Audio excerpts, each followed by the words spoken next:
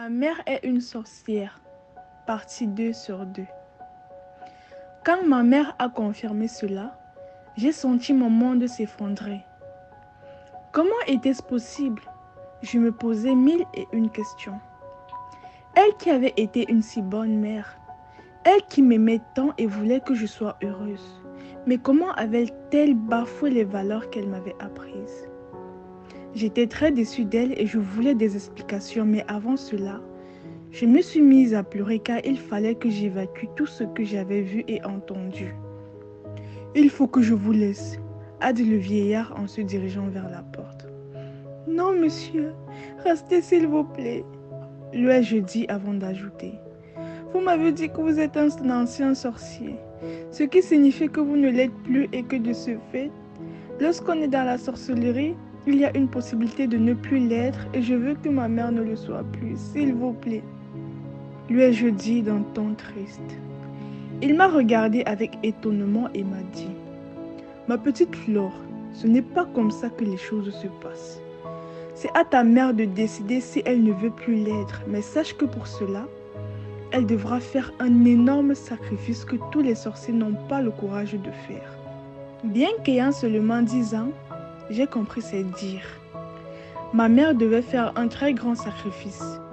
Un sacrifice que même les sorciers n'avaient pas le courage de faire.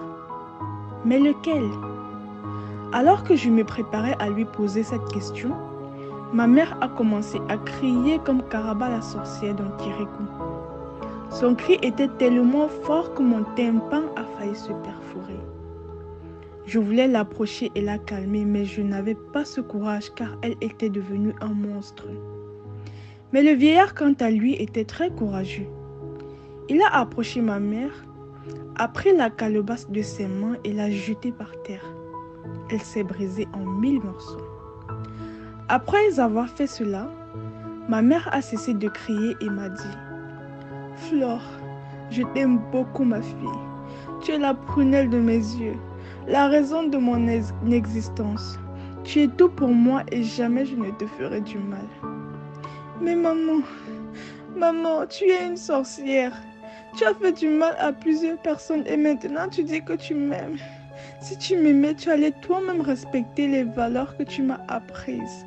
Lui ai-je dit en pleurant encore plus. Quand je lui ai dit cela, elle s'est prosternée devant moi en pleurant encore plus. Elle implorait mon pardon et j'ai commencé à avoir de la peine pour elle car si elle implorait mon pardon, cela signifiait qu'elle n'était pas entrée dans la sorcellerie malgré elle. « Maman, est-ce que tu peux tout me raconter ?» lui ai-je demandé avec ma petite voix de gamine. « Il ne me reste plus assez de temps, mais le vieillard le fera. Il te racontera tout. Tu as compris, ma chérie ?» m'a-t-elle répondu. Qu'est-ce que cela signifiait au juste? Elle était devant moi et elle me disait qu'il ne lui restait plus assez de temps, ce qui était très bizarre. « Mais maman, tu peux tout me dire de toi-même. C'est ton histoire et je ne pense pas que le vieillard puisse connaître ta vie, pourtant tu ne lui as rien dit de toi. Vous ne vous connaissez pas alors, il ne pourra rien me dire de toi. » C'est ce que je lui ai dit avant que le vieillard ne se mette à rire aux éclats une fois de plus comme les sorciers dans les films nigériens. Ma mère m'a tirée vers elle en me demandant de rester forte et de me battre pour réussir dans ma vie. Elle m'a dit qu'elle a laissé une importante somme d'argent à la banque pour que cette dernière me la remette quand j'aurai 18 ans. Je me suis demandé pourquoi est-ce qu'elle me disait tout cela d'un coup et cela me faisait très peur parce que je sentais qu'elle était en train de partir et que je n'allais plus jamais la voir. Et je n'avais pas tort puisqu'après cet échange émouvant avec elle, le vieillard, tout en continuant de rire, a dit « Elle est à moi maintenant puisqu'elle a échoué. Oui, Simone, tu as échoué. Nous t'avons donné Flore et en échange, tu as intégré la sorcellerie et tu étais censé ne pas la laisser avoir accès à la vérité. Ha ha ha ha ha. Ha ha ha ha ha. » Oui, je venais enfin de tout comprendre. Ce vieillard était le chef de la sorcellerie. Il se baladait dans la rue à cette heure pour voir si les âmes des sorciers étaient dehors et non à la réunion. Et quand je lui ai parlé de ma mère, Il a fait semblant de ne pas me connaître, mais puisque je lui ai dit que tout le monde traitait ma mère de sorcière et que je commençais à y croire, il a compris que ma mère avait échoué quelque chose quelque part et que c'est la raison pour laquelle j'ai découvert qu'elle était sorcière. J'ai ressenti une colère contre maman. Mais comment est-ce que j'avais osé livrer ma mère? C'est vrai que je ne savais pas que le vieillard était sorcier, mais je n'aurais pas dû lui parler de mes soupçons envers ma mère. Vous êtes méchant, vieux sorcier, lui ai-je lancé. Vous avez fait semblant d'être gentil pour que je m'ouvre à vous et vous avez utilisé ça contre ma mère. Je vous déteste, je vous déteste, ai-je ajouté en tombant par terre. J'étais dévastée et dégoûtée. Ma mère était entrée dans la sorcellerie afin d'avoir un enfant qui, par la suite, a ruiné sa vie.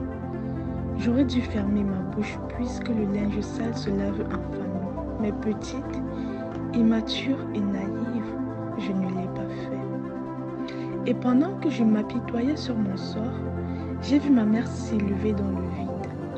Je n'avais jamais vu une telle scène. Ses yeux étaient fermés et elle était toute pâle. Elle avait l'air morte et le vieillard la regardait comme si c'était quelque chose de normal pour lui. J'ai pensé son habit et j'ai commencé à la tirer vers le bas en criant de toutes mes forces, mais elle ne descendait pas. Maman, s'il te plaît, ne t'en va pas.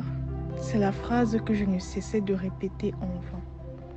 Puis, j'ai décidé de monter sur le lit afin d'être plus grande et mieux la tirer et j'ai entendu un bruit bizarre et quand j'ai regardé autour de moi, j'ai vu que le vieillard n'était plus là. Mais où était-il passé? Mais peu importe. Ma mère était plus importante que lui. J'ai commencé à la tirer une fois de plus jusqu'à ce qu'elle touche le plafond.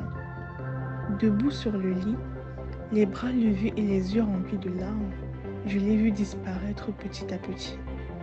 Oui, ma mère a disparu sous mes yeux. J'ai passé toute la nuit à pleurer et c'est le matin que je me suis endormie. Enfin, puisque quelques minutes seulement après avoir fermé les yeux, j'ai entendu un bruit dans la maison, comme si quelqu'un était entré. Ça ne pouvait pas être les voisins puisqu'ils détestaient ma mère. Mais qui est-ce que ça pouvait être? Je suis allée au salon et près de la porte d'entrée, j'ai vu une empreinte de pas géant. Je ne savais pas qu'un être humain pouvait avoir des pieds aussi énormes. J'ai voulu crier mais ma voix n'est pas sortie. J'ai même essayé de fuir mais je n'ai pas pu bouger. J'avais très peur car, ne comprenant pas ce qui m'arrivait. Mais je l'ai vite compris quand j'ai entendu une voix que je connaissais. Celle du vieillard. Flore, ta mère avait passé 15 ans de mariage à chercher à avoir un enfant mais en vain. Elle était donc devenue la risée de tout le monde, surtout de sa belle famille qui ne cessait de l'insulter et de la rabaisser. Son mari a fini par se séparer d'elle et elle s'est retrouvée toute seule. Même sa famille ne voulait plus d'elle car elle pensait que comme elle ne pouvait avoir d'enfant, cela signifiait qu'elle était maudite. Ta mère, voulant prouver qu'elle pouvait enfanter, a croisé mon chemin et 9 mois plus tard, elle t'a mise au monde. Mon corps était glacé et mes mains tremblaient. Pour la première fois, j'apprenais des choses sur ma mère. Des choses qu'elle ne m'avait jamais dites et je la comprenais puisqu'elle l'avait fait pour me protéger. Je comprenais maintenant pourquoi aucun membre de sa famille ne venait nous rendre visite. La pauvre, elle avait beaucoup souffert. À croire que c'était de sa faute si elle ne parvenait pas à enfanter. Alors que je croyais que le vieillard allait s'arrêter là, il a continué à parler, mais cette fois-ci, avec une voix très grave et flippante, ce qui m'a donné envie de fuir, mais c'était impossible. Flore, ta mère n'a pas voulu te sacrifier afin de sortir de la sorcellerie et c'est pourquoi c'est elle qui est partie. Mais sache que je serai là pour toi si tu as besoin de quoi que ce soit. Je sais que tu seras seule puisque personne ne voudra de l'enfant d'une sorcière si ce n'est ceux qui ne connaissent pas son histoire, mais moi je connais ton histoire et je t'accepte.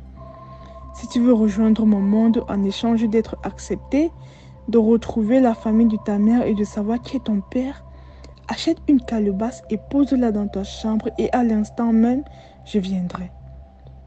Après avoir dit ces mots, il a ri aux éclats et je n'ai plus senti sa présence. Aujourd'hui, j'ai 17 ans et je suis seule. Tout le monde connaît mon histoire et personne ne veut de moi. Des fois, je me dis que la seule solution pour moi, c'est d'intégrer la sorcellerie, mais après, je réfute cette idée. Je m'appelle Flore et voici mon histoire. Merci de vous abonner et surtout, activez la cloche de notification pour ne rater aucune vidéo. Merci.